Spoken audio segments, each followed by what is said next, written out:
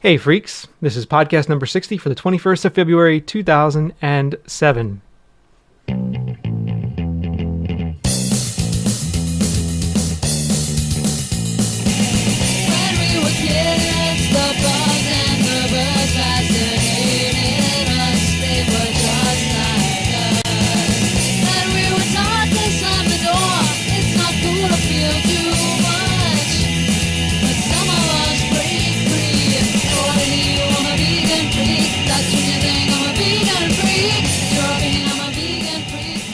Hey freaks, it's Jenna.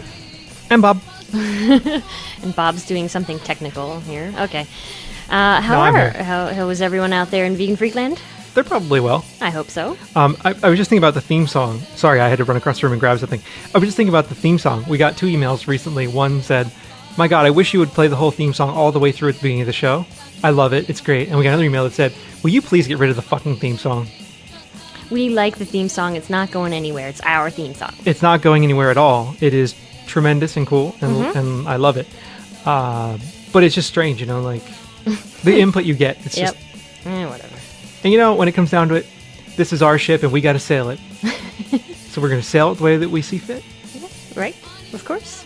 Anyway, a couple quick announcements coming up. We need to say a belated happy birthday to Liam, our little vegan freak friend. That's right, our little vegan freak friend, Liam. Let's see, do I have any? No, that's not happy birthday. That's not the right sound. How about this? No, that's not good either. How about this? Not vegan. Except that he is vegan. He is vegan. He's very vegan. Actually, I have a really funny thing about Liam. Really funny story. I have this playlist in iTunes that has all the songs I have that are less than 5 minutes long and not in categories like classical or jazz. It's just basically meant to just play kind of the punk and, you know, various things I have. And every so often in that playlist, I get this sound from Liam in there because many shows ago, he recorded this, I'm a freakin', you're a freakin'.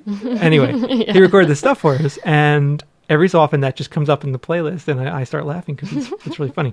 So anyway, we want to say happy birthday to Liam. How old is Liam? Oh, I forget. 6? I'm bad. Yeah, I think so. That sounds right. I'm sorry, Liam. We should know. We should know. We're old and forgetful. We are. So, anyway, happy birthday. Liam is proof that, for those of you that don't know Liam, he's a brilliant little blonde child who is proof, you know, that turning your kids vegan is not meant to kill them. Yes. I mean, he is like energetic. Immensely healthy. Immensely healthy and very smart. So, and, you know, he is the poster child for veganism. He really is. Apparently he's taller than the rest of the kids in his class. He's like for his age, he's like, you know, he's good. He's where he should be. Absolutely. Yep. So, also, finally, those of you that have back-ordered t-shirts, those are going out on Monday. Mm-hmm. Monday. Yeah, those are going out on Monday. And we will send an email to the subscribers about getting t-shirts. Yes, for those of you who didn't get them the first time around. And wanted them. We did a big order this time, and we have new designs. We do indeed. So we'll send out details and email about those for subscribers. Yay. Okay. Finally. Okay. Was there another announcement you had? No. Oh. Okay. Also, today will probably be a short show, too. Yeah. I'm sorry about the short shows lately. We're busy people. Yeah, but we're trying to get at least something out there. Well, we said we would every week. Exactly. We didn't say what day every week we would. No. we will get something out every week. Yeah. Pretty much. Yeah. But we'll try. We know, we got freaks out there that need some vegan love. Or they just, I don't know, need something. Mm-hmm. Who knows?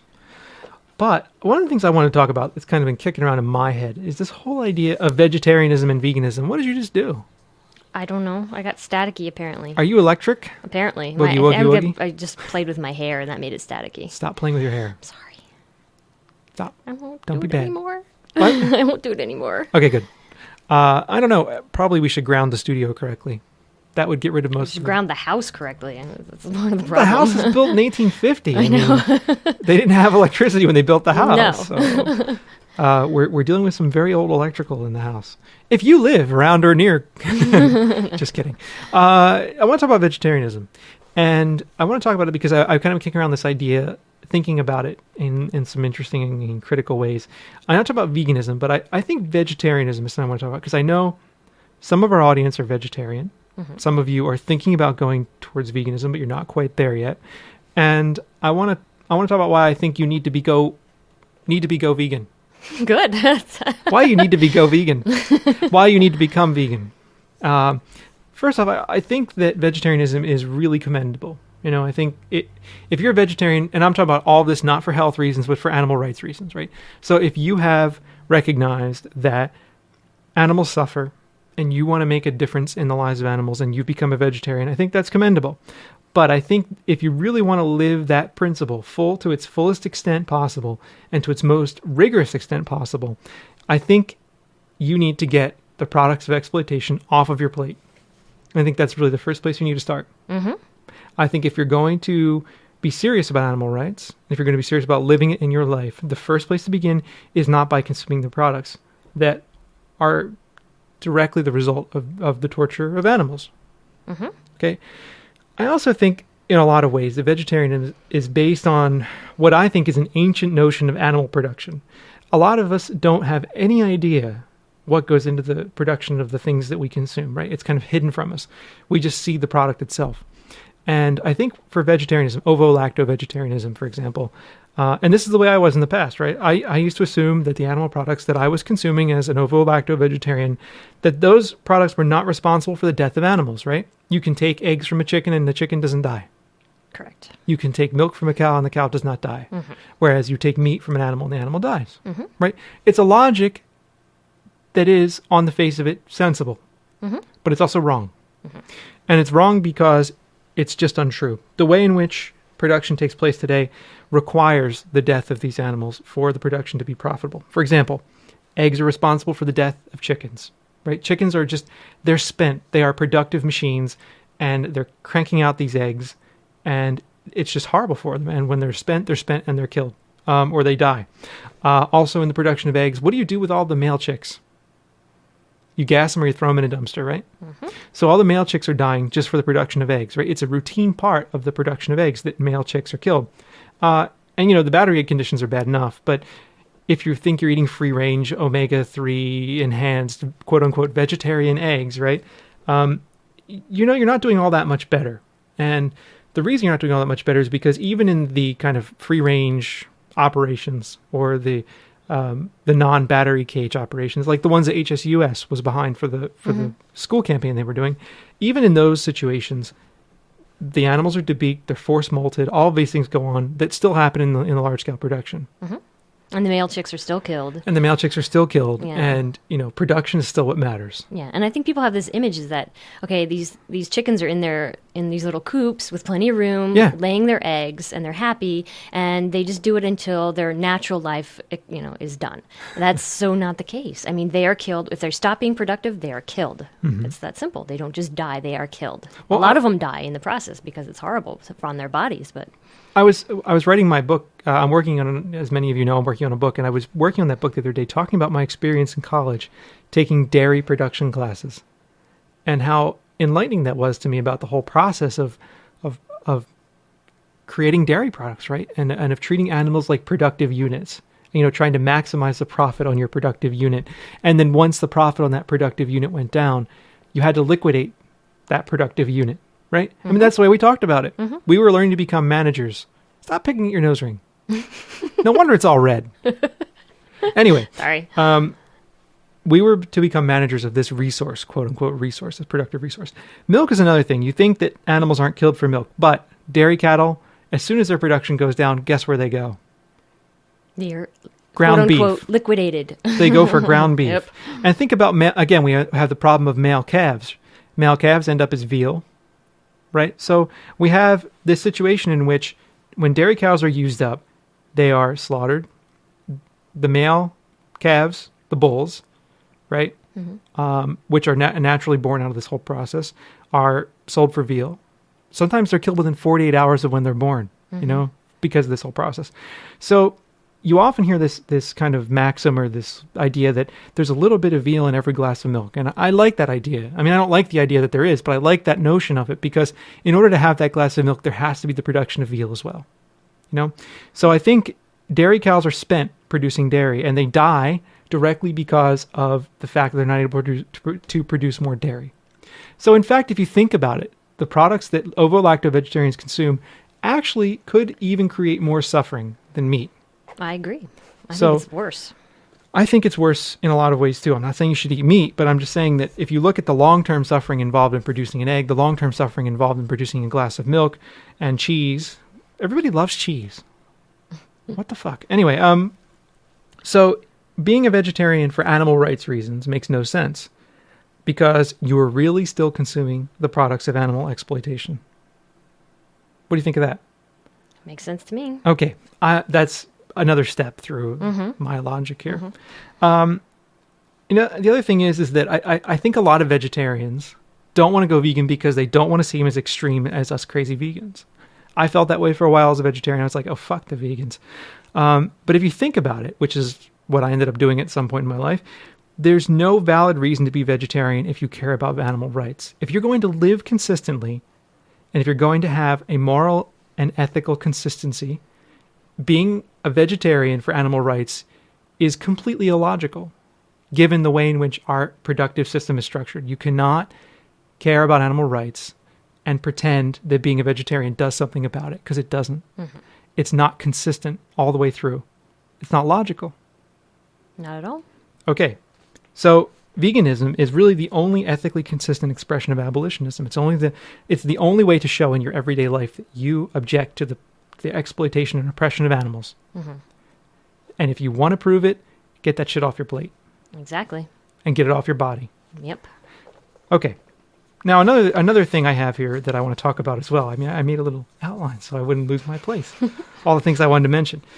Well, you know how I am. I get going and I get off topic. But us off topic? Never. That's one thing. I always get my teaching evaluations. Professor Torres is a lot of fun, but he goes off topic a lot. What, me? No. Oh, look at the kitty. No, anyway,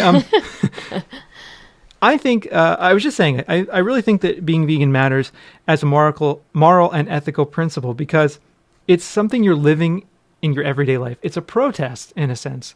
It is saying in your every single day life that you have decided that this particular form of exploitation is not okay. It is activism in itself. It is a form of it's the first step in activism. I mean, I don't want to think that being vegan is where you should stop. I mean, that's a good place. That's a good place to start, right?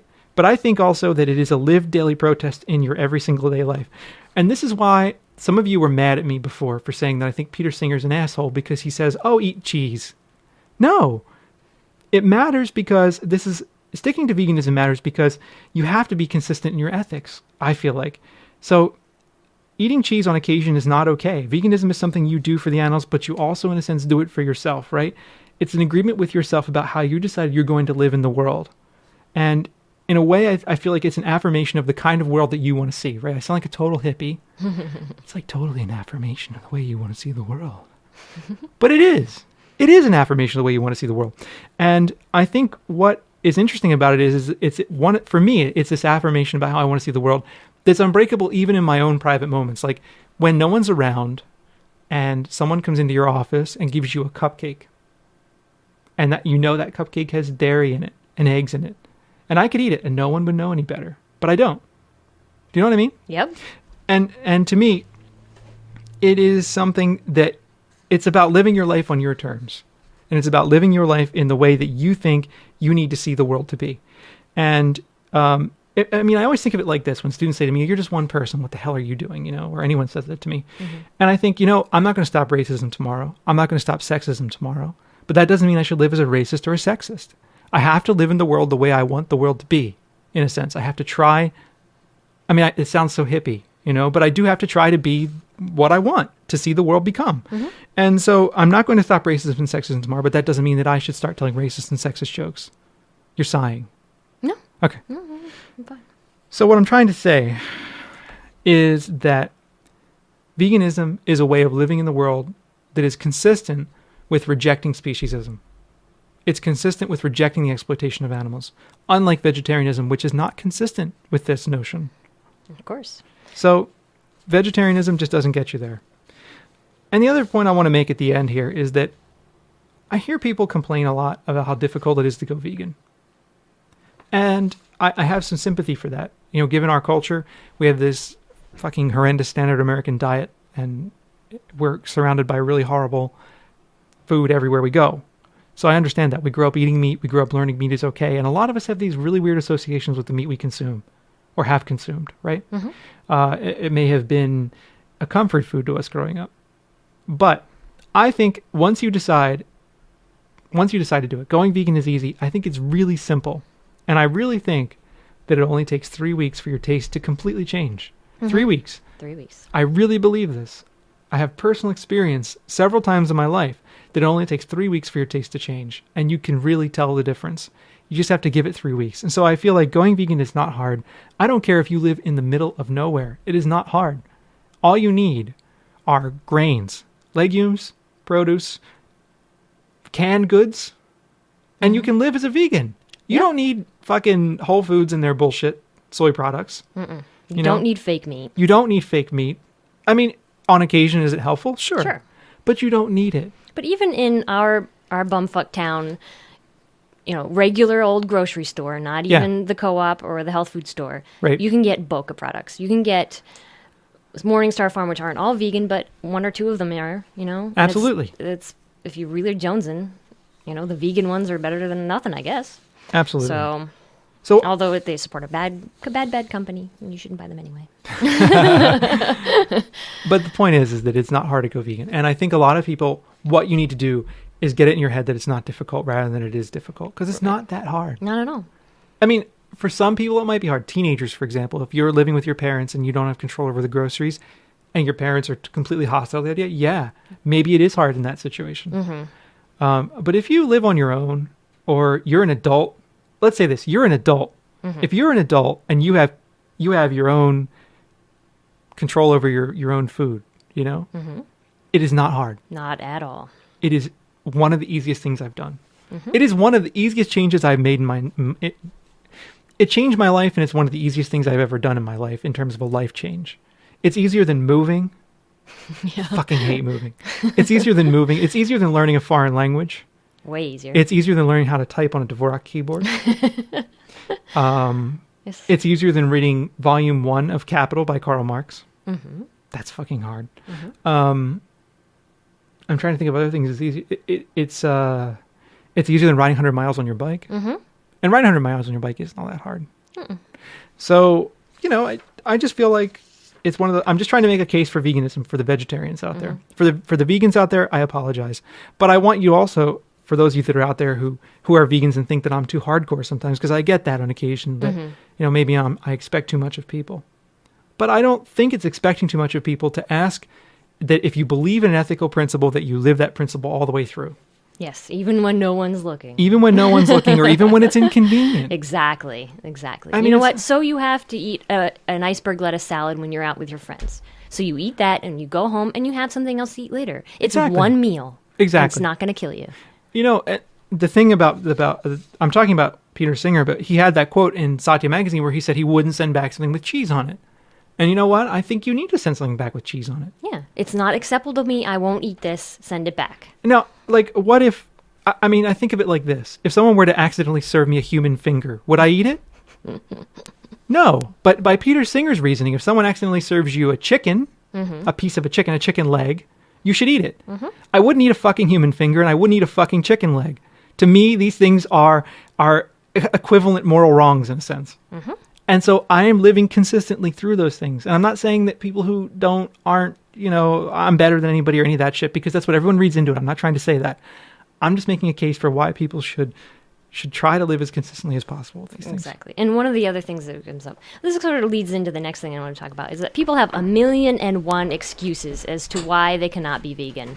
And it's really annoying. And I don't think people understand from the perspective of a vegan why that's annoying and frustrating to hear all these excuses. Because you know what? Before we became vegan, we had 1,000,001 excuses too. Oh, I had it. I had a bunch. We had a bunch.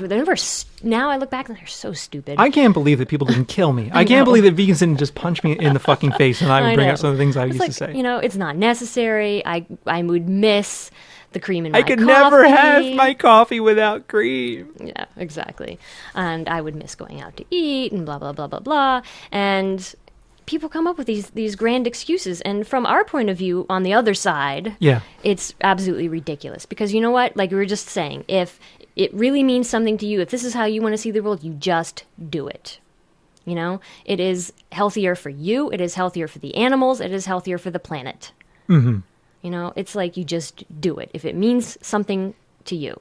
And I think it's important for vegans to have somewhat some level of patience, you know, in dealing with these people, because I think one of the best forms of activism is being a vegan mentor for other people. If people can see that vegans can live a great life as a vegan, and it's not something that we're all deprived, you know, starving or you know, these horribly miserable people, then they can see that, oh, wow, this is possible. Mm-hmm. You know, and some people will always have a horrendous attitude, but I know just from reading the forums that people have now had their friends ask them questions and are really curious about it. Some people have even converted other people to veganism or vegetarianism. But that's why I tell you, it's a lived expression. Exactly. It's a daily protest because it gets people to think. There's a moment of that cognitive dissonance for everyone who's a meat eater when you sit down at a fucking table with them and you're eating tofu and they're eating steak. Yep. They think for a second, why is that person not eating steak? Mm-hmm. And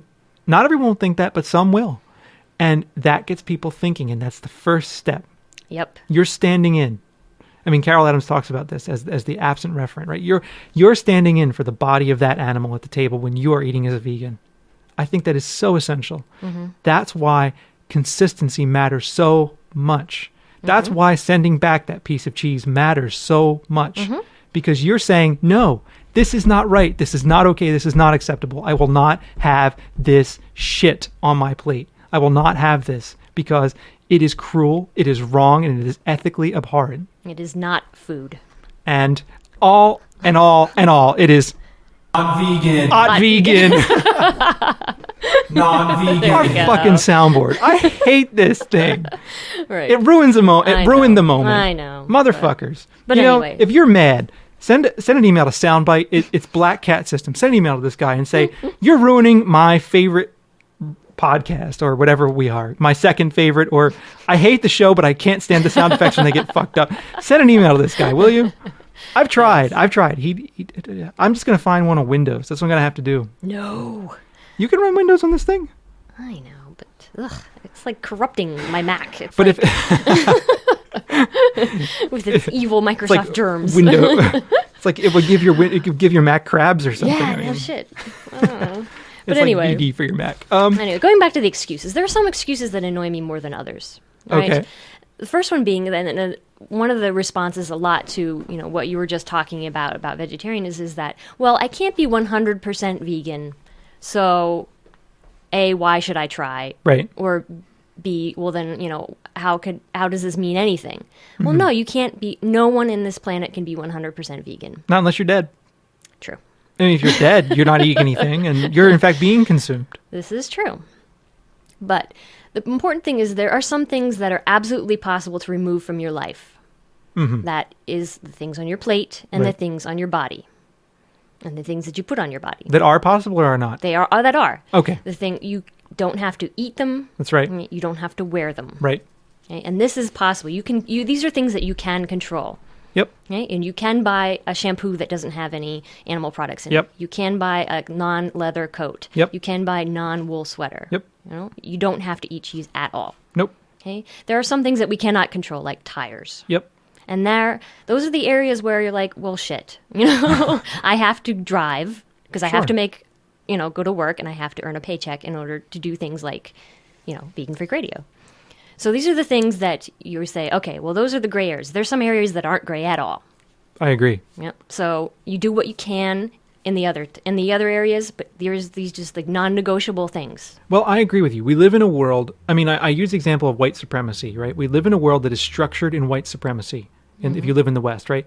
If you are a white person in the West, you accrue invisible benefits just by being white. I mean, the society is literally set up to work for you. You know, I teach this all the time in intro, and students get very angry with me. But it is true. If you look at the structure of most Western societies, it's set up to benefit the white folks, right? And you're living in a society that has institutional privileges built into it for being white, and institutional challenges built into it for being anything but that. Okay? This is like Sociology 101. In the same way, though, the world is institutionally speciesist. The world is set up through and through to exploit animals. And so living in that world as a human being, just like living in that world as a white person, if you're a white person, you have the best possible conscience about race, and you're not a racist in your personal life, you still benefit by the nature of your race, right? Just like by the fact that our world is structured in speciesism, you benefit by the accident of your species. So we live in a world that is structured through a speciesism, and by living through that world, there are always going to be things in it that are going to have built into them the exploitation of that animal other. And we have no way around them. That's what's fucked up. If we lived in a world that wasn't structured in this kind of exploitation, we would have choices, but we don't. So what I'm trying to say here is that,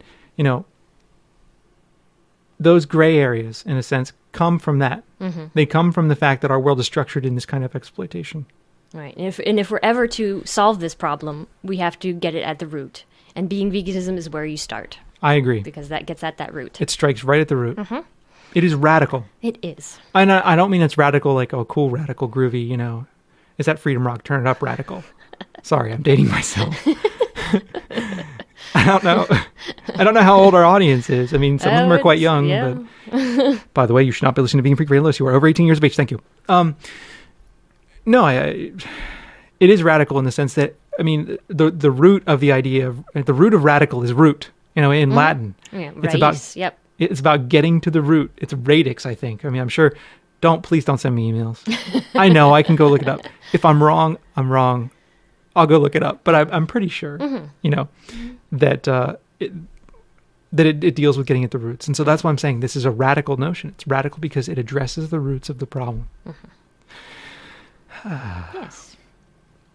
So anyway, yes. I don't want to keep ranting and raving, but But there are other excuses too that I wanted to mention. Go ahead. That are more annoying than others. The other next one is I could never be vegan. I could never give up X.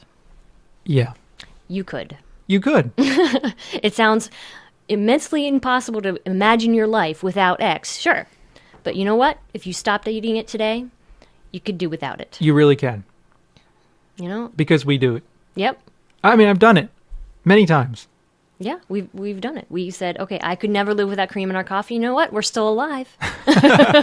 And now I really like soy milk in my coffee. But the thing is that, here's the thing. We are not particularly strong in terms of willpower. We're not particularly, we're nothing special. No. When it comes down to it. No. We are just the average people. Yep. I just said, okay, I'm not going to let this have power over me. That's exactly it.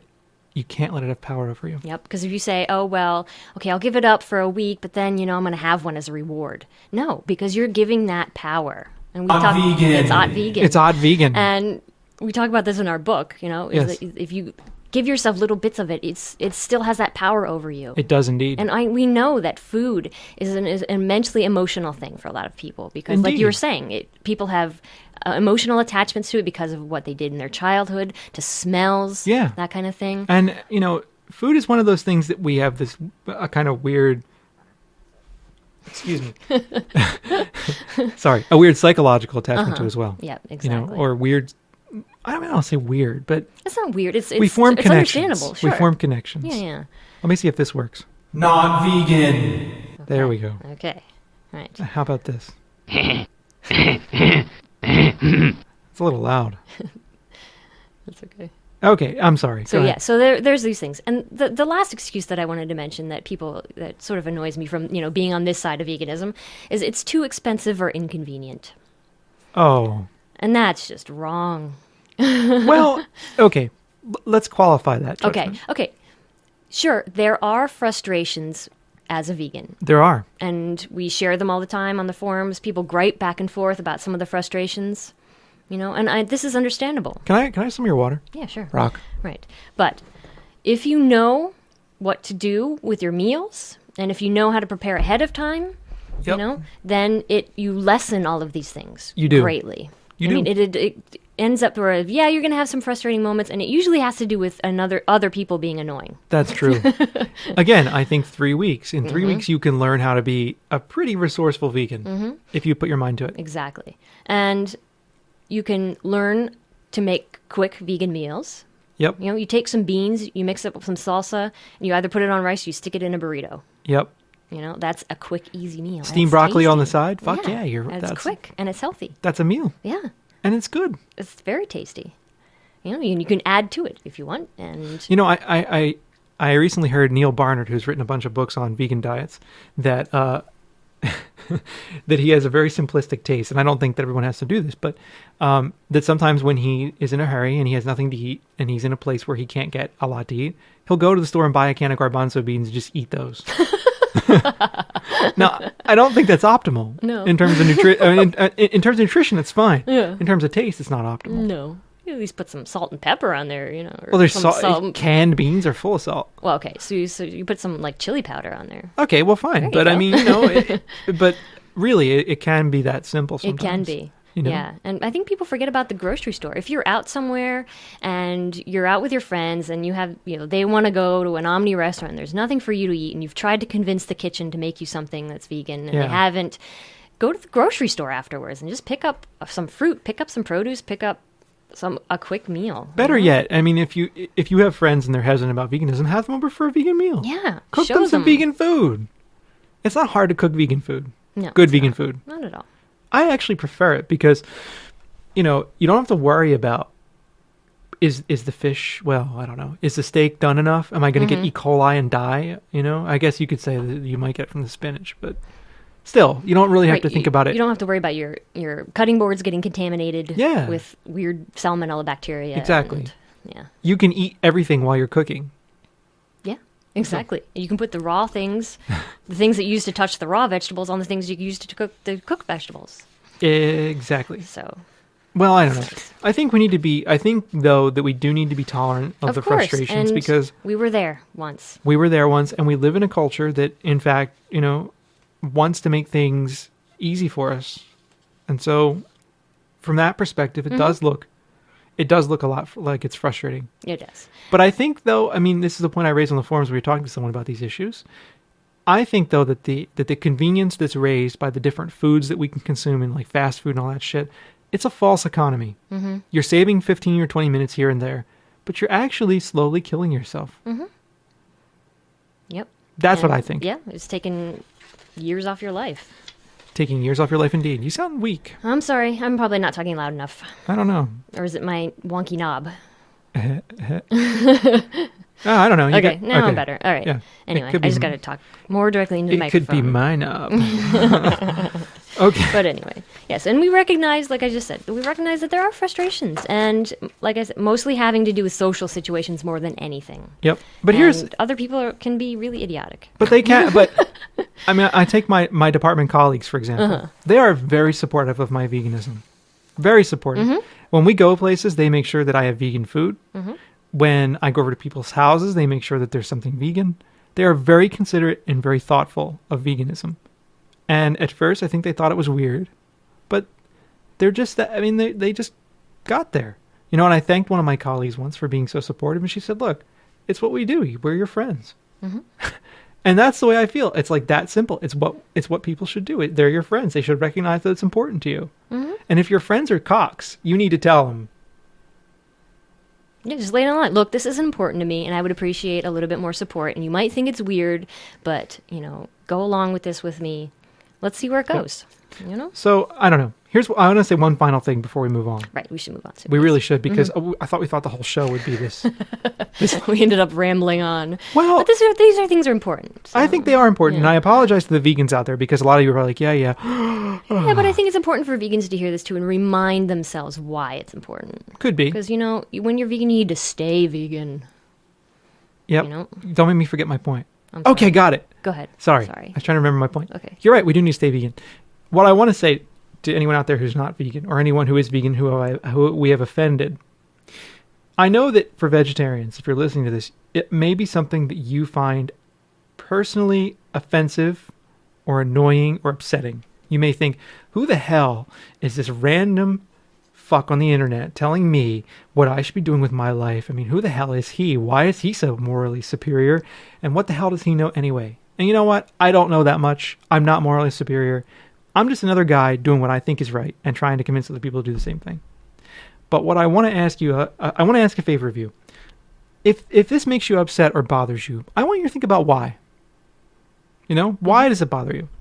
And in that nugget of being bothered may, in fact, be the root of really that cognitive dissonance between your concept of what's going on with animals and the behaviors that you have that are contributing to those problems.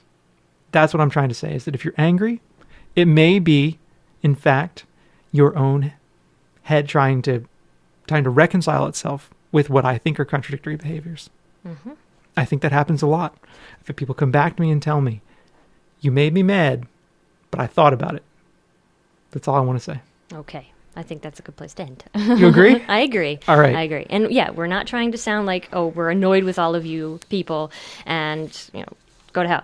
No, we're just trying to show you our perspective, because on different sides of the fence, it's really different to see this issue. It is. So, right. The The dogs are downstairs, so the Michi's visiting again. I tried to grab him twice and he's already taken off. He's hungry is the problem. It's dinner time. I'm going to grab him. Okay, you're going to get attacked again. No, I'm not. Yes, you are. Here, listen. Okay. Michi cat. He's like, no, I'm not having any of this. Screw you. It's our large cat with a little meow. He's like 16-pound cat. His name is Meech. We call him Screechy Meechy. Yeah. Say hi again, Meech. Nope. Can't get any out of him now. No, he's just like, let me down he wants to and chill. feed me. He's not really a lap cat. No, he doesn't like being on laps. He's really digging into my lap right now. Yeah. I've been trying. He's how many years old though? 11? He's 11. I've been trying to make him a lap cat for 11 years and it hasn't worked. No. All right. Especially with the dogs around. He's just like, nah, screw you guys. Here you go. I'm going to let go. Okay, he's going to barrel. There he goes. Yep. Anyway. I'm full of cat hair now. It's all in my... I often wonder, talk about not vegan, how much cat and dog hair I eat per week. It's got to be a lot. That's disgusting. I know. But it's everywhere. But, I'm sure if you asked the dogs and the cats, could I eat your hair? They would be like, yeah, fine. Yeah, sure. They're like, we do. Yeah, right. They're like, you want to lick my butt too? Here, I'll put it in your face. That's actually what Mole does to you when you get on the floor and try to crunch it. I try and do exercises and I get humped by the dog and he sticks his ass in my face. It's horrible. It's great. All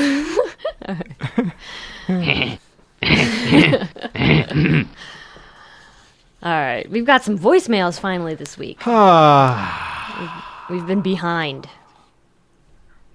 Time once again for some vegan freak voicemail. Maybe we'll hear from a hot chick or a choice male. Callers make us happy and help us keep our sanity, even if all they wanna do is fucking complain about the shitload of profanity. Hey freaks, this is Abbott from Portugal, and I'm just calling to kind of, as they say in Portuguese, diz a fire, because I'm just so annoyed about a conversation I had with somebody. Usually during the summer, I work at a camp, and I was talking to my friend who kind of runs some of different aspects of the camp and who's setting up the staff kitchen, and I was asking him if there would be any chance of having vegan options in the staff kitchen or whatever. And he emailed me back saying how he had enough to worry about without having to worry about my frickin' vegan needs, and he didn't even know if he was going to find somebody to run the kitchen, let alone worry about my stupid needs, basically. And I got a little annoyed with that, because then he said, because he lives in South America during the year, and he said that there he's lucky enough to eat whatever's there, and kind of like as if veganism is only for rich, preppy people. And that really bugged me, because, and I told him, I said, maybe if I lived in a place where I had no other options, maybe I would have to eat meat. I don't know. I don't live in any place like that. But my idea is that in South America, they have fruits and vegetables and grains and nuts and seeds and beans and those kinds of things, which is what I eat. So I don't know. It just really, really annoyed me. Maybe if you have any listeners from South America, it would be really cool to hear what it's like if they are vegan, what's like to be vegan there. It would be interesting to know. But anyway, I just had to let that out because it really annoyed me. And I'm glad you guys are back doing your podcast, because I really missed it. And I love hearing what you have to talk about, and just I always look forward to downloading it. Anyway, take care of yourselves. Bye. It's Abbott again. I guess I wasn't finished because I still have a little bit in me. Because the thing is, like, if you can't be a vegan in a country that's not a rich country, I mean, like, I think that the life we lead should be sustainable and should be something that we could do wherever we are. And I don't know, I don't want to be leading a lifestyle that can only be led in some wealthy country where I can get all these incredible products or whatever. I would like to think and know that it could be something I could do wherever I am. You know, granted, if I'm making, I don't know, I'm not making any sense probably, because it's just something I can't really put into words, but I think that just bugged me, the idea that veganism equals wealthy, preppy, you have the choice to buy like really expensive products and this kind of thing, and I don't think it should be like that. If anything, it should be less. We should be spending less money because all we're buying is plain and simple vegetables and grains and beans and stuff like that, right? I don't know if I'm making any sense, but it just kind of, it's bothering me. So just need to let it out. I don't know any vegans, so that's why I'm letting it out on you guys. But and I know that you always have good things to say about stuff like this or whatever. But anyway, I know you're super, super busy with school and all of that. So I really appreciate that you do your podcast, because I really, really enjoy it. And it helps me a lot since I, like I said, know no other vegans and only one vegetarian. So it's good to have that support. So I think I'm done. Take care. Bye. Thanks, Abbott. Yeah, and we do have... we have a listener in Portugal. We do. Yeah, Heartborn. Yes. So Heartborn. We got to get you guys together. Yeah. Yeah, because he knows other vegans, I think, so. Aha. Excellent. Yeah. To get to the kind of the point of what she was talking about, I don't know, I've traveled in South America, and I've traveled in Central America. I wasn't vegan then, but I was a vegetarian during those times. Mm-hmm. I don't think it was hard at all. You know, no. I think about the ancient diet of my ancestors, right? Mm-hmm. When they weren't ripping the hearts out of people, killing virgins and things like that, right? Right. What did they eat? Corn. Squash, beans. Corn, squash, and beans, and maybe the occasional bit of meat. Right. Maybe. But the foundation of the diet was corn, squash, and beans. Yeah, it was more a condiment. Right. Or a special occasion thing, only a sometimes special feast. Right. If somebody hunted something that happened to find. So historically speaking, that's the case. I mean, also though, the idea that veganism is a bourgeois concept, it is in a lot of ways a very bourgeois concept. I don't think it's a bourgeois concept. I think that the people that it appeals to tend to be more or less upper middle class and more or less white. Mm-hmm. And I think that has a lot to do with the way the movement has worked over the last 30 or 40 years, probably. Mm-hmm. So I think that that's what I mean by it. What I also mean to say, though, is that a significant number of people in the developing world live near vegan or vegetarian, but not by choice usually. So I think it's possible to live vegan or vegetarian in the developing world. Come on. A lot of people do anyway. Yeah, they have to. They have exactly. to. And having been to the developing world, if you go, it's not hard to find fruits and vegetables and grains. Right. If you want to find, fucking fake sausage and that kind of shit, no, you're not going to find that in your average Latin American supermarket. You're just not. They would look at you like you were from another planet if you asked. I mean, in some of the bougier places, in the cities, if you go into the cities and in some of those places, you may find that stuff. I don't really know. I have no idea. Maybe you can't. Maybe you can. But I think in the average place, you can find beans, you can find grains, you can find fresh fruits and vegetables. You can find avocados as big as your head. Mm-hmm. You can find incredible food. I mean, the fruit, there's a bounty of food that is beautiful. Mm-hmm. So I don't think it's a matter of class privilege necessarily. I think this class-based critique that, it'd be nice to have a choice about what I eat. Well, most people who don't have a choice about what they eat end up eating non-meat items anyway. Mm-hmm. So I think that whole critique just falls apart that your friend has. Yeah. Yeah. And I know we do have listeners in South America, so what's your take on this? Let us know. Let us know. Let us know. So, I mean, I would imagine if you had access to your own cooking equipment, being a Right. vegan would be fairly straightforward. Yeah. Just like it is anywhere. Yeah, because I remember we went to the markets in Guatemala, and God. the fruit and vegetables were just gorgeous. They were amazing. Just huge mangoes and everything. And, oh, man. Huge mangoes, corn, the kernels that are as big as the top of your thumb, Yeah. Just amazing produce. And so I don't buy the idea that, I don't know. Maybe in some parts of like Greenland or something, you couldn't be vegan, but But I think you're right. I mean, anywhere in the world, you should be able to be vegan, like you said, unless you're like, an Eskimo or something. but I also don't buy the idea that it's a question of class privilege to be a vegan, because you could be a vegan on very little money. How much does it cost to buy a bag of dried beans? Not much. Very little. A bag of rice? Not much. Some frozen fucking vegetables? Not much. Right. But what happens in this country, at least, is that the people who are on a budget tend to buy the things like boxed macaroni and cheese and all these things that, because for one, fresh produce might not be available to them. Yeah. Because if they don't have a car That's to true. go to the grocery store, That's true. they have to make do with whatever's in their neighborhood, and it might only be those kinds of things, the stuff that they can get with the WIC checks. You can get milk, these are the kinds of things that are available, and which just really sucks. And or you just don't have the time or effort to even think about being healthy. You just have to think about eating. What's really interesting too? I mean, there are two things I want to talk about there. The one thing is there's this notion in the food science, not food science, in the sociology of food literature, that talks about food deserts. That there are these areas, they're either extremely rural areas like where we live, or extremely urban, areas. That are food deserts, where it's difficult to get the right kinds of food that you need to live healthfully. It's really hard. Like where we live right now, if we didn't have a car, we would be so screwed. But there are people who live around where we live who do not have cars. And there's no public transportation. None. And a grocery store is 10 miles away. And the nearest thing we have a general store that carries a few things. We've got a convenience store, a gas station essentially, that carries a few things. Now imagine, though, if you couldn't drive. This would be like a food desert to you, because you wouldn't be able to put together the food that you need to live healthfully. Right?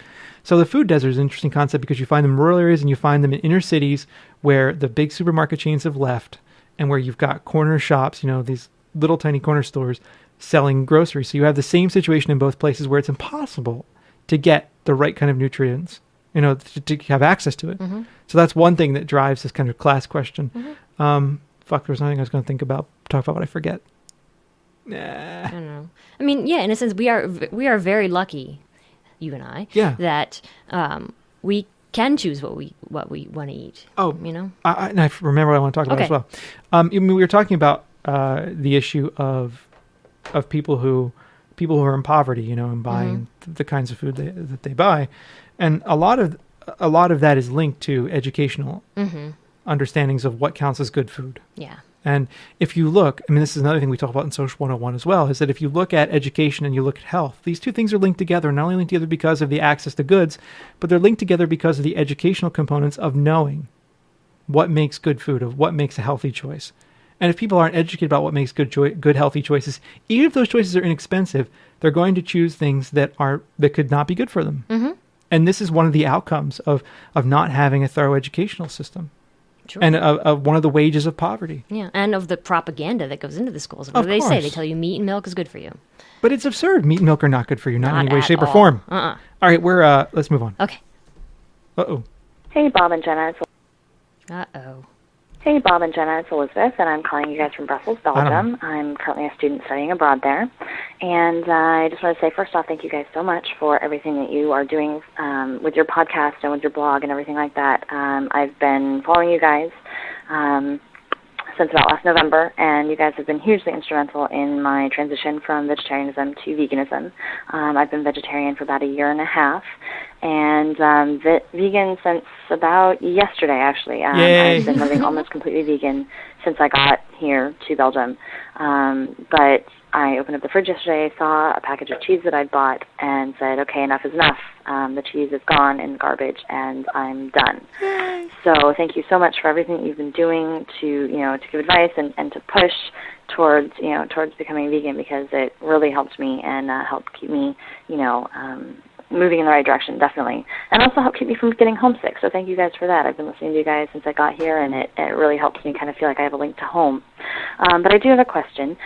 Since becoming vegan or since becoming vegetarian, I haven't eaten meat, obviously, but I'm not grossed out by it. I'll smell something cooking and think, oh, that smells good, and it'll have meat in it. And it just doesn't gross me out like it seems like it grosses out most people. And I'm kind of worried that, is there something wrong with me that, I kind of think one way, but my body or, my olfactory senses or whatever kind of react in a different way. And so I'm just wondering if you have any advice for somebody, who doesn't get grossed out by meat. It just seems a little bit weird to me since it seems like so many other people that I know that are, are vegetarian or vegan, it just sickens them. So, so that's my question. If you have any advice or any stories or anything, I'd love to hear them. Again, thank you so much for everything that you're doing, all the effort. Love the profanity, the irreverence. You guys are amazing. So thanks again. And, hope to keep hearing your podcast for a long time to come. Have a great day. Thank you so much for the kind words. Yeah, it was awesome. They mean a lot to us. Yeah, they help keep us going. They actually do. They actually do. Because there are times when the assholes can get you down. Oh, yeah. There really are. I mean, putting yourself out there in public in any way, shape, or form, you're going to attract criticism. Mm-hmm. And there are times that the assholes really do get frustrating. Mm-hmm. Mm-hmm. People can be very critical. They can. Incredibly critical. Mm-hmm. And very nasty. Mm-hmm. Yet, I wonder, where are their books? Where are their podcasts? Where are their forums? Oh, anyway, sorry, I'm waxing ineloquent here. I think, I'll say from my perspective, maybe you have a different answer to this, but it took me a while. When I was a vegetarian, I never found meat disgusting. Me either. I thought it smelled and sounded good. Yeah, me too. It took me a while after going vegan to find meat repulsive. And it took a couple months probably before I really felt truly repulsed by it. And it was a gradual thing. And I think what it had to do with was, for me, a lack of exposure to it.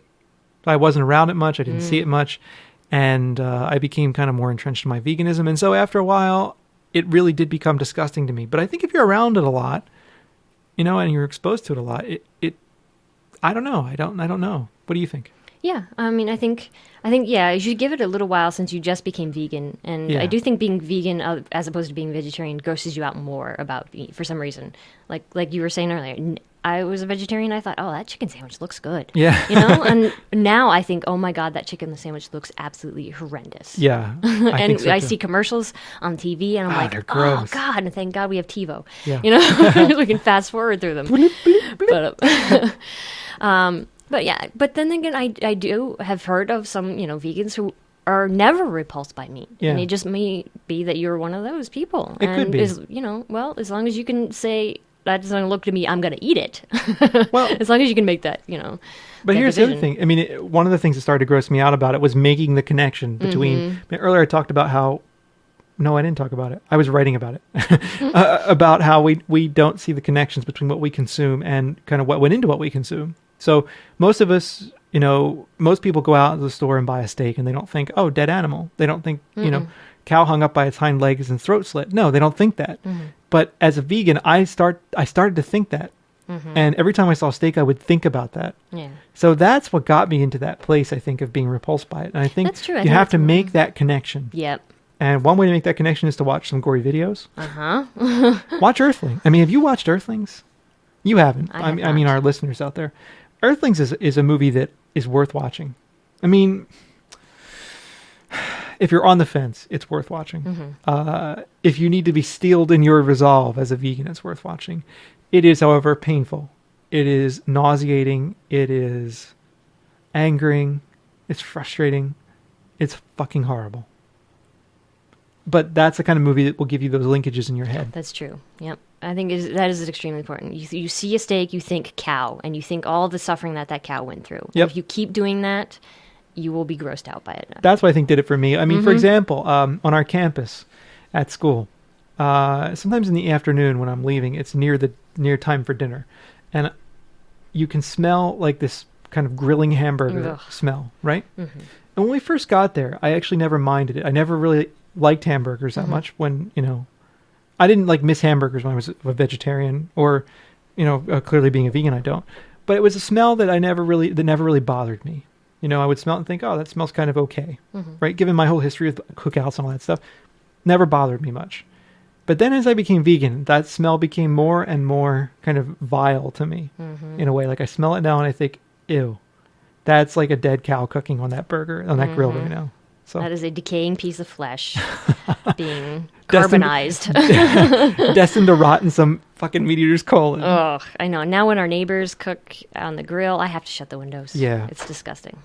I think that's, Yep, but we'll give it some time. See what Yeah, happens. I mean, and the other thing is like, I think what matters though, I think even if that stuff looks good to you, we all, like I said, we have these long-term associations with it. If it looks good to you, I think that's okay as long as you're not eating it. Yep. You know, the important thing isn't what you think about whether it looks good or bad or whatever. I think the important thing is that you're not eating it. And the longer you're not eating it, the sooner it will be that will just be completely repulsive to you. I think so. Okay. Hey, vegan freaks. This is Patrick in San Diego. Everybody should have vegan-type stickers on their car. Agreed. I have an herbivore sticker on my car. Thanks, Bob and Jenna, for telling me about herbivore. They're cool. And because of it, some guy came up to me and started asking me questions about it. And turns out he was a vegan, too. And we started talking about veganism. And he, told me about some cool vegan restaurants here in San Diego that I'd never heard of. And that's why we should have stickers like that on our car, or something like that, so we can identify, oh, look, there's a vegan. Maybe they know a place I can eat at, because sometimes it's hard to find restaurants to eat at. But, no, I'm pretty stoked about it. I just found out a cool Indian buffet place in San Diego here that I didn't know about, and I'm stoked. Cool. All right, you guys take care. Later. Thanks, Patrick. Yeah, it is a good idea, and it shows the world that there are vegans out there. I think we need an international vegan symbol. The vegan. Yeah, we've talked about this. We have. But we need a way to all recognize each other, like a secret handshake, or I don't know, some invisible ink on our heads, or some kind of way of recognizing each other in a crowd. You know, like I don't know, just you can be walking by someone and know they're vegan. They probably don't. Here's one way: they probably don't smell as bad. Yeah. Go by smell. Yes. Could be. Okay, moving on.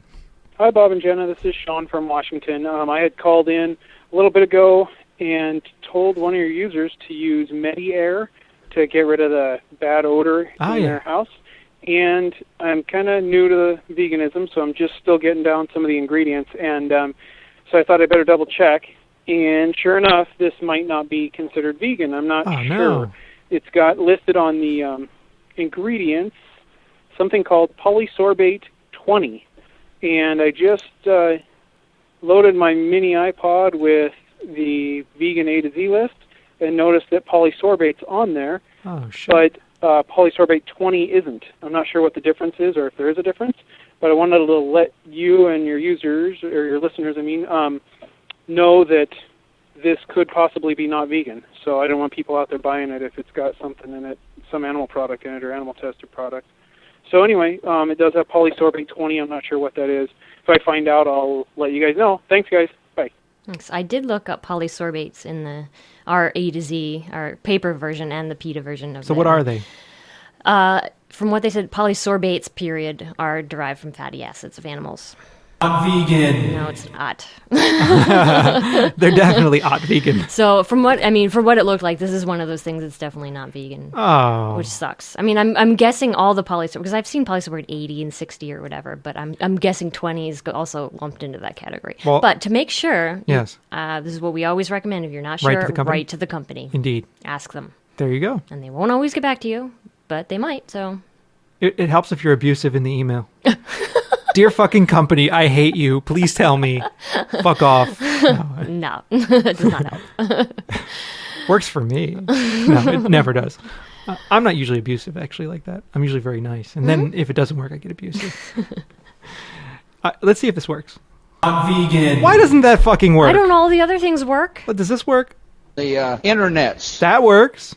Does this work? That works. How about this? That kind of works. Ooh, that does not work at all. No. Fucking this soundboard. All right, I have to find it. If anyone out there has a Macintosh and you have a very good sound cart program that you know of, send me an email. Or if you want to build me a sound cart program, I would worship at your feet. Yeah, man. Programmers. There is a burgeoning podcast market out there that would Yeah. pay serious money for a very good sound card program. And I would think that from a programming angle, this thing would be very simple to make. All you need are a bunch of little slots you can put sounds in. You control the volume on each of the sounds, and you hit a button, and it plays a sound. How fucking hard is that? This is the kind of thing computers are built for. Yeah. All right, enterprising programmers, get out there and write this thing. I don't care if you steal my idea. Just give me the thing. I'll even buy it from you. But I guarantee you there's a market for this. This one just happens to suck my In a few moments, you can come up and pet the turkey if you want to. That works. Okay, next, moving on. Hey, vegan freaks, Bob and Jenna. This is Will again. I played my voicemail on a previous podcast. I'm calling this time to vote for some angels and also nominate some asshats. All right.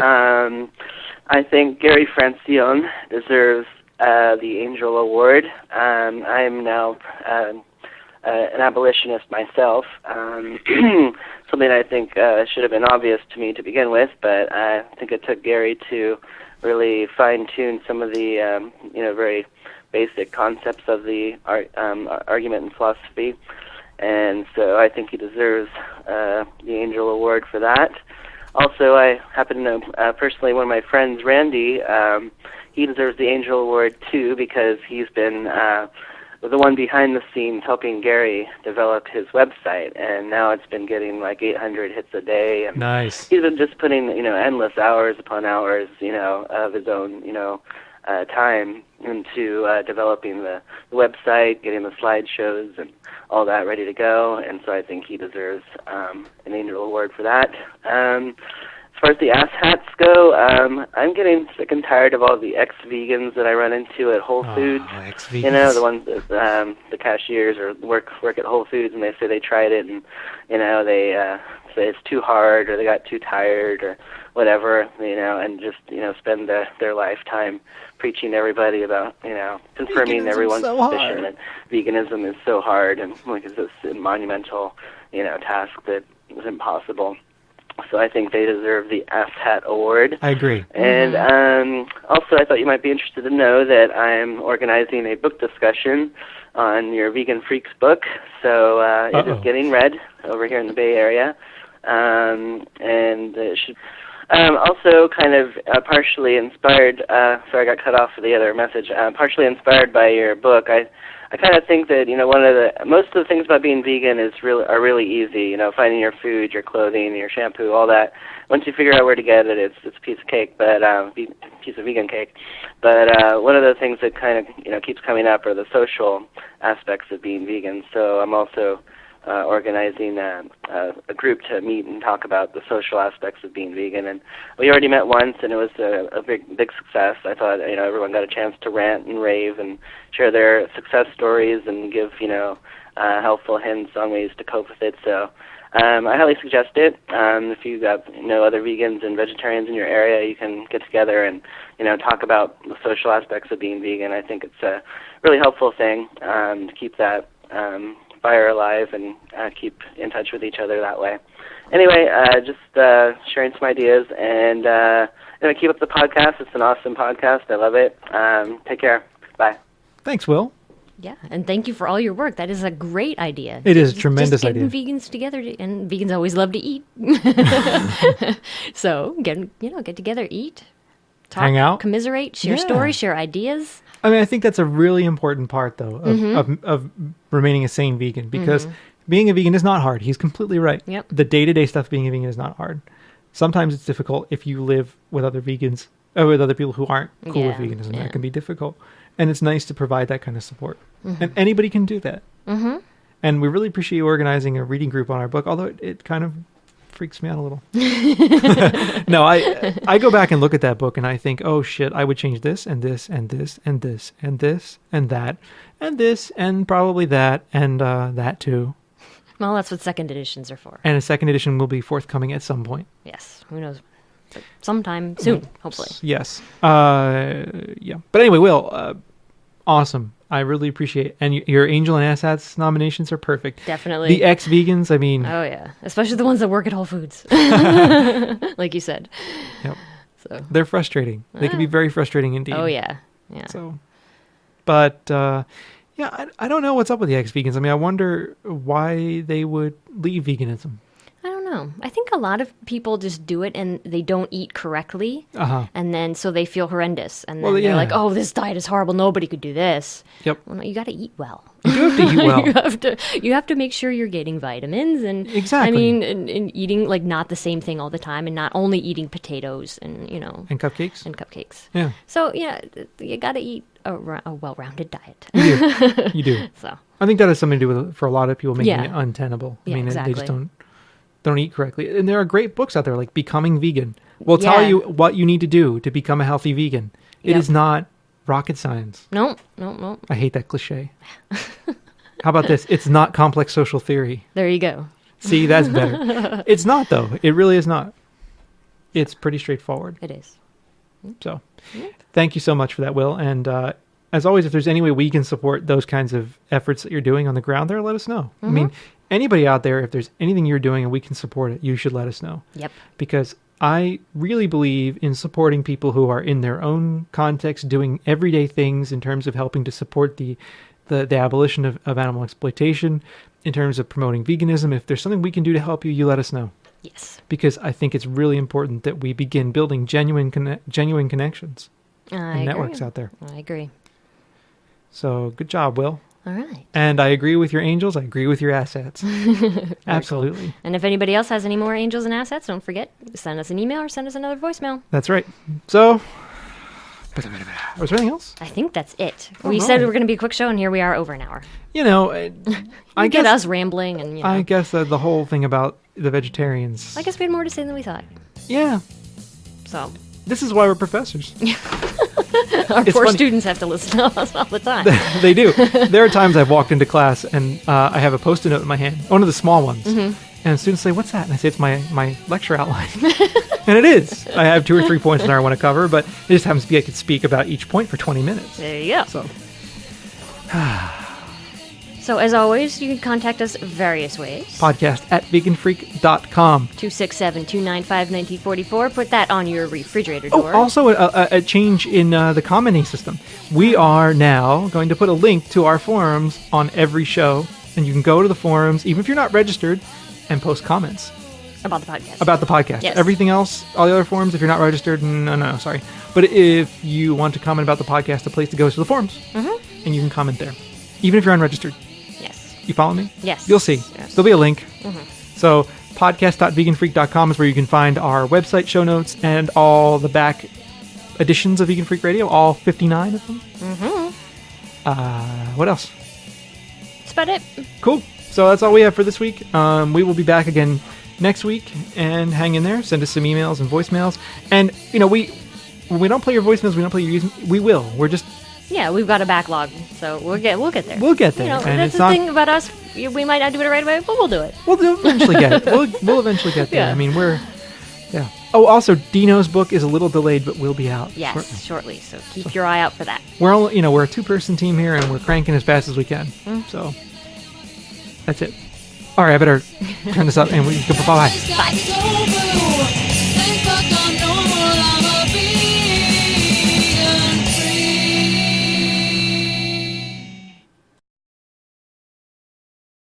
Directly because of the fact that they're not able to produce more dairy. So in fact, if you think about it, the products that ovo-lacto vegetarians consume actually could even create more suffering than meat. I agree. I think it's worse. I think it's worse in a lot of ways too. I'm not saying you should eat meat, but I'm just saying that if you look at the long-term suffering involved in producing an egg, the long-term suffering involved in producing a glass of milk and cheese, everybody loves cheese. What the fuck? Anyway, so being a vegetarian for animal rights reasons makes no sense because you are really still consuming the products of animal exploitation. What do you think of that? Makes sense to me. Okay, that's another step through my logic here. The other thing is that I think a lot of vegetarians don't want to go vegan because they don't want to seem as extreme as us crazy vegans. I felt that way for a while as a vegetarian. I was like, oh, fuck the vegans. But if you think about it, which is what I ended up doing at some point in my life, there's no valid reason to be vegetarian if you care about animal rights. If you're going to live consistently And if you're going to have a moral and ethical consistency, being a vegetarian for animal rights is completely illogical, given the way in which our productive system is structured. You cannot care about animal rights and pretend that being a vegetarian does something about it, because it doesn't. Mm-hmm. It's not consistent all the way through. It's not logical. Not at all. Okay. So veganism is really the only ethically consistent expression of abolitionism. It's the only way to show in your everyday life that you object to the exploitation and oppression of animals. Mm-hmm. And if you want to prove it, get that shit off your plate. Exactly. And get it off your body. Yep. Okay. Now, another thing I have here that I want to talk about as well. I mean, I made a little outline so I wouldn't lose my place. All the things I wanted to mention. Well, you know how I am. I get going and I get off topic. But off topic? Never. That's one thing I always get in my teaching evaluations. You know, Professor Torres is a lot of fun, but he goes off topic a lot. What, me? Oh, look at the kitty. No, anyway,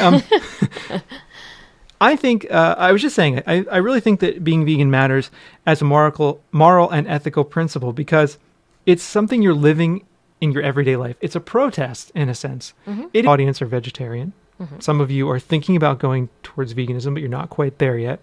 And I want to talk about why I think you need to be go vegan. Good. Why you need to go vegan. Why you need to become vegan. First off, I think that vegetarianism is really commendable. You know, I think if you're a vegetarian, and I'm talking about all of this not for health reasons, but for animal rights reasons, right? So if you have recognized that animals suffer and you want to make a difference in the lives of animals and you become a vegetarian, I think that's commendable.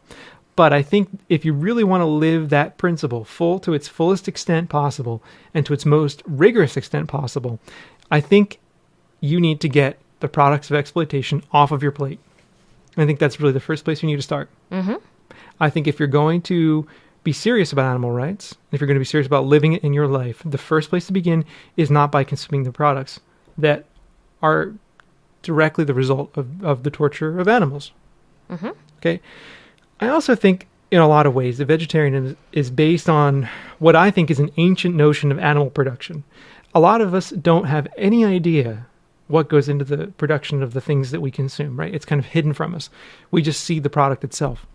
And I think for vegetarianism, ovo-lacto-vegetarianism, for example, and this is the way I was in the past, right? I used to assume that the animal products that I was consuming as an ovo-lacto-vegetarian, that those products were not responsible for the death of animals, right? You can take eggs from a chicken and the chicken doesn't die.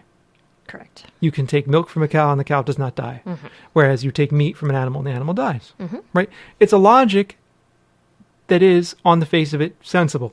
Mm-hmm. But it's also wrong. Mm-hmm. And it's wrong because it's just untrue. The way in which production takes place today requires the death of these animals for the production to be profitable. For example, eggs are responsible for the death of chickens, right? Chickens are they're spent. They are productive machines, and they're cranking out these eggs, and it's just horrible for them. And when they're spent and they're killed, or they die. Also in the production of eggs, what do you do with all the male chicks? You gas them or you throw them in a dumpster, right? Mm-hmm. So all the male chicks are dying just for the production of eggs, right? It's a routine part of the production of eggs that male chicks are killed. And, you know, the battery egg conditions are bad enough, but if you think you're eating free-range, omega-3 enhanced... Hey, freaks. This is podcast number 60 for the 21st of February, 2007.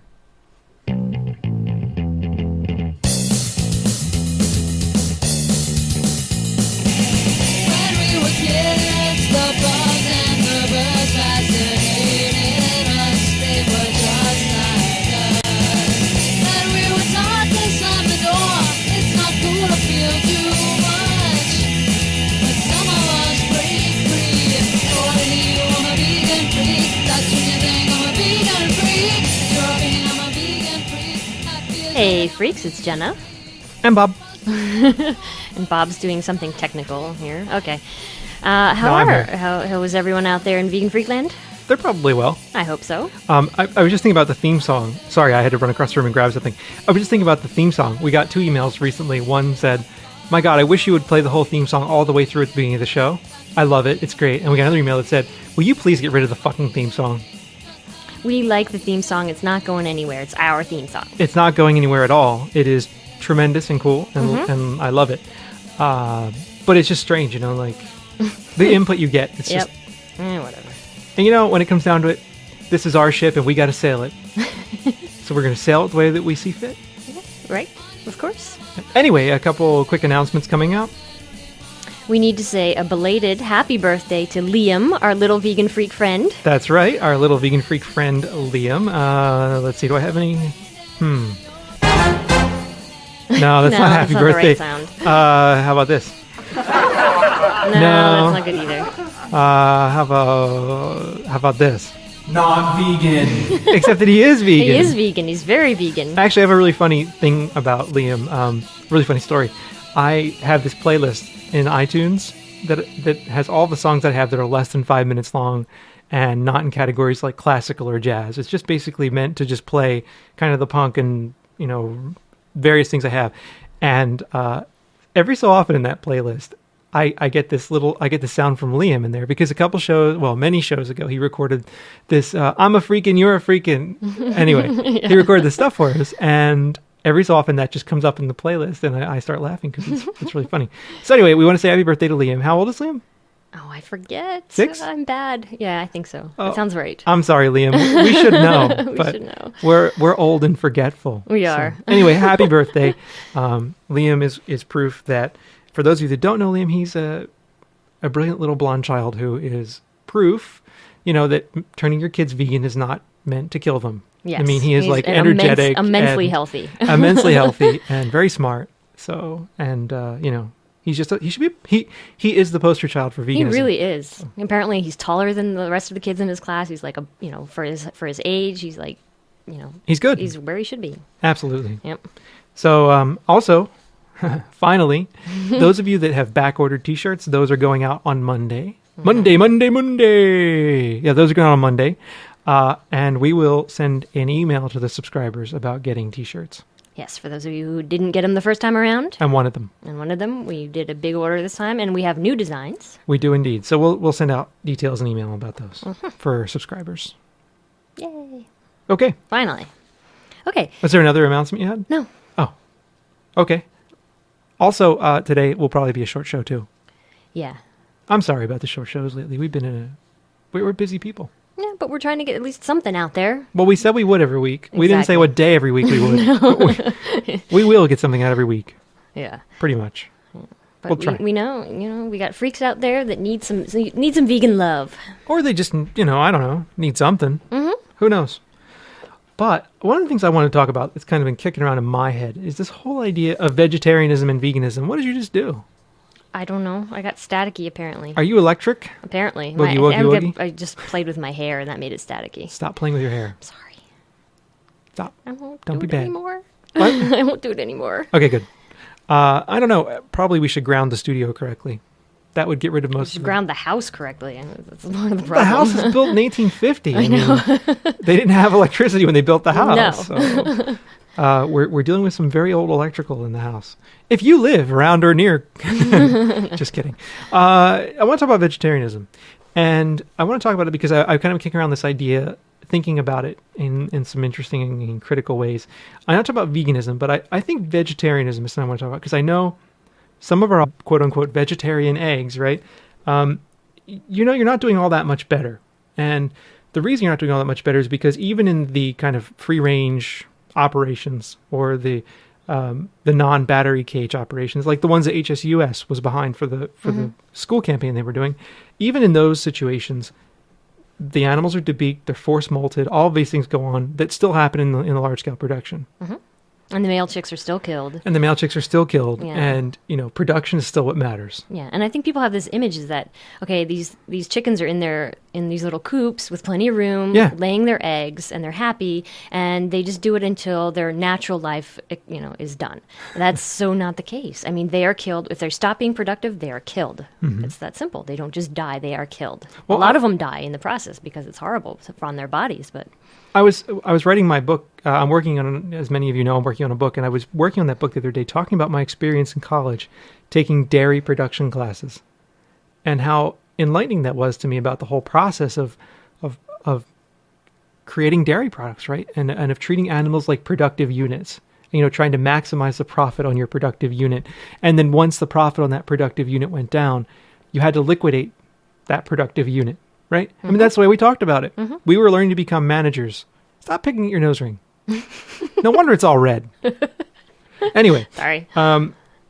We were to become managers of this resource, quote unquote resource, this productive resource. Milk is another thing. You think that animals aren't killed for milk, but dairy cattle, as soon as their production goes down, guess where they go? They're ground quote unquote beef. Liquidated. They go for ground beef. Yep. And think about, again, we have the problem of male calves. Male calves end up as veal, right? So we have this situation in which when dairy cows are used up, they are slaughtered. The male calves, the bulls, right, which are naturally born out of this whole process, are sold for veal. Sometimes they're killed within 48 hours of when they're born, because of this whole process. So you often hear this kind of maxim or this idea that there's a little bit of veal in every glass of milk. And I like that idea. I mean, I don't like the idea that there is, but I like that notion of it because in order to have that glass of milk, there has to be the production of veal as well. So I think dairy cows are spent producing dairy and they die